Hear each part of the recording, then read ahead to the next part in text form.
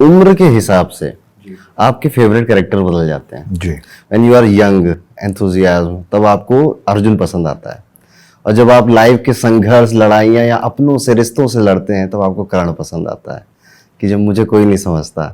और जब आप थोड़े और ओल्ड हो जाते हैं तो आपको भीष्म पसंद आने लग जाते हैं, उनकी नॉलेज, उनके फैसले लेने का तरीका पसंद आने लग जाता है। कुछ को दुर्योधन भी पसंद आते हैं, ठीक है। दुर्योधन को स्वर्ग भी मिला था एंड में, जो हम डिस्कस करेंगे अभी इस कथा में।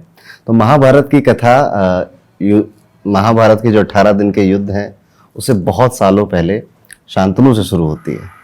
राजा शांतनु, सत्यवती, गंगा और देवव्रत। कुछ कहेंगे आप इस बारे में? यहीं से तो मतलब महाभारत, जिनको हमारे अभी के जेनजीज को तो बहुत कम पता है, लेकिन जिनको पता भी है, हमारे एज ग्रुप के जो लोग हैं वो भी ज्यादातर महाभारत पढ़ने की जगह देखे ज्यादा है। तो अगर आप महाभारत देखेंगे भी ना, तो वो कहानी भी वहीं से शुरू होती जहां से आप बता रहे हैं। हाँ।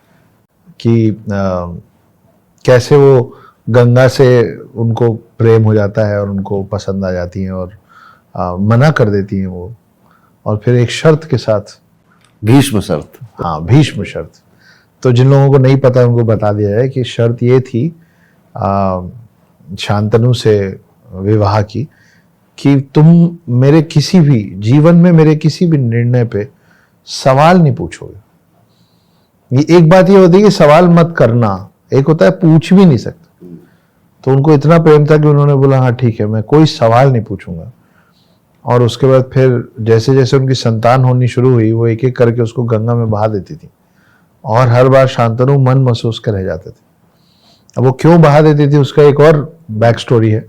अगर उतना लंबा हमारे डिस्कशन चला तो हम उसमें भी चले जाएंगे।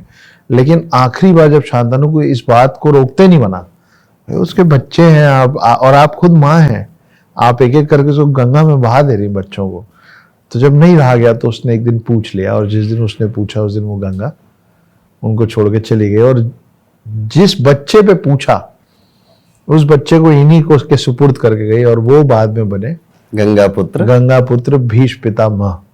तो यहाँ से पूरे महाभारत की कहानी शुरू होती है, और यहाँ से शुरू होती है भीष्म पितामह की कहानी।